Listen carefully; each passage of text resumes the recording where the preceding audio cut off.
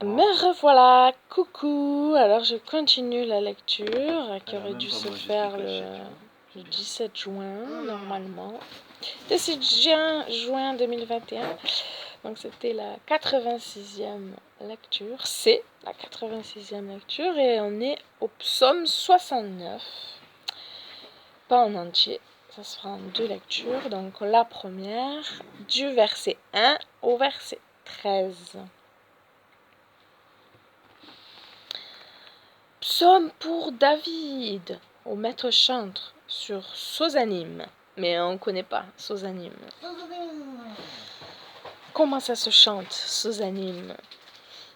Je suis enfoncé dans un bourbier profond, dans lequel il n'y a pas où prendre pied. Je suis entré au plus profond des eaux, et le fil des eaux se débordant m'emporte. Je suis lasse de crier. Mon gosier en est asséché. Mes yeux sont consumés pendant que j'attends après mon Elohim. Ceux qui me détestent sans cause passent en nombre les cheveux de ma tête. Ceux qui se tâchent à me ruiner et qui me sont ennemis à tort se sont renforcés. J'ai alors rendu ce que je n'avais pas ravi. Oh Elohim, tu connais ma folie, et mes fautes ne te sont pas cachées. Ô Seigneur, Yahuwah Tsevaot, que ceux qui se confient en toi ne soient pas rendus honteux à cause de moi. Que ceux qui te cherchent ne soient pas confus à cause de moi. Ô Elohim d'Israël, car pour l'amour de toi, j'ai souffert l'opprobre. La honte a couvert mon visage. Je suis devenu étranger à mes frères et un homme de dehors aux enfants de ma mère. Car le zèle de ta maison m'a rongé. Ah, c'est marqué là. La parole que le Seigneur, Yahushua, il répète. La parole faite chair, il connaît la parole entièrement. Car le zèle de ta maison m'a rongé, et les outrages de ceux qui t'outrageaient sont tombés sur moi. Et j'ai pleuré en jeûnant, mais cela m'a été tourné en opprobre. J'ai aussi pris un sac pour vêtements. Moi, je leur ai été un sujet de raillerie. Que ceux qui sont assis à la porte discourent de moi, et je sers de chanson aux ivrognes. Mais pour moi, ma requête s'adresse à toi, ô Yahuwah. Il y a un temps de ton bon plaisir, ô Elohim, selon la grandeur de ta gratuité. Réponds-moi selon la vérité de ta délivrance. Délivre-moi du bourbier. Non, ça c'est la suite demain. Délivre-moi du bourbier. Je devais arrêter. Je suis le sujet des conversations sur la place publique et des refrains que chantent les ivrognes. L'ivrogne. Verset 12 ici. Et là-bas c'est 13. Je reprends au verset 10. Et j'ai pleuré en jeûnant, mais cela m'a été tourné en opprobre. J'ai aussi pris un sac pour vêtements, mais je leur ai été un sujet de raillerie. Ceux qui sont assis à la porte discourent de moi, et je sers de chanson aux ivrognes. Il y aura toujours des moqueurs, mais c'est pas grave. Nous devons persévérer et ne pas tenir compte de ce qu'un homme peut se moquer de nous. Nous avons le plus grand des trésors. Le plus grand des trésors, c'est lui, notre Papa du ciel. Amen.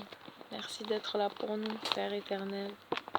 Proverbe 11, versets 15 et 16. Celui qui nous fera justice, tôt ou tard, la rétribution du méchant viendra s'il ne se repent pas, bien sûr. Nous lui souhaitons la repentance, bien sûr. Nous ne souhaitons pas à notre pire ennemi de se retrouver loin du royaume des cieux. Non. Royaume d'amour, de paix, là où il n'y aura plus de larmes, plus de maladies, plus de tristesse, plus de péché, de méchanceté. Ça sera tout parfait, plus de dur labeur. Wouh! Shabbat éternel. Ah, merci Seigneur pour ce qui est à venir. Proverbe 11, versets 15 et 16. Celui qui cautionne pour un étranger ne peut pas manquer d'avoir du mal, mais celui qui déteste ceux qui frappent en la main est assurée. La femme gracieuse obtient de l'honneur et les hommes robustes obtiennent les richesses. Mon chéri, il est robuste ou il n'est pas robuste? Il est robuste. Ah, merci Seigneur. Tu es celui qui pourvoit tous nos besoins. Encore une fois, je le sais, je le dis. C'est vrai que les proverbes nous encouragent toujours à ne pas être paresseux et à regarder la fourmi comme elle travaille et à faire de même alors qu'elle n'a pas de commandant. Hein? Seigneur, tu nous as donné ta parole et tu nous as dit qu'il y a 6 jours pour travailler et le 7e pour nous reposer. Alors, Seigneur, qu'on puisse vraiment être actifs, non seulement physiquement, mais spirituellement aussi. Voilà. Ne soyons pas endormis, ne soyons pas assis sur nos acquis à croire que nous connaissons tout. Non, mais cherchons, étudions, prenons ce temps. Soyons obéissants comme des petits enfants, voilà, qui disent oui papa, oui papa. Et des hommes mûrs, des époux robustes, en travaillant, en, en faisant de toute notre force, comme le premier des commandements qui nous dit, tu aimeras le Seigneur, ton Dieu, de tout ton cœur, de toute ton âme, de toute ta force et de toutes tes pensées. Amen. Merci Seigneur. Tu es celui qui ne nous abandonnera pas. Tu es celui qui est toujours présent, l'Éternel je suis. Tu es le grand et tu es omnipotent. Tu peux tout et omniprésent. Alléluia. Partout à la fois. Et omniscient. Tu sais tout, tu connais toutes choses. Sonde-moi, ô Dieu, et connais mon cœur. Regarde si je suis sur une mauvaise voie et conduis-moi dans la voie de l'éternité. Merci d'ouvrir et de fermer les portes à chacun d'entre nous pour que nous puissions avancer avec toi, être à la place que tu veux, Seigneur. Rien de plus important que cela. Rien de plus important que cela. Même dans des œuvres de charité dites chrétiennes, nous pouvons nous perdre, même si nous faisons du bien, parce que ce ne serait pas le plan de Dieu et ce serait nous perdre, Seigneur.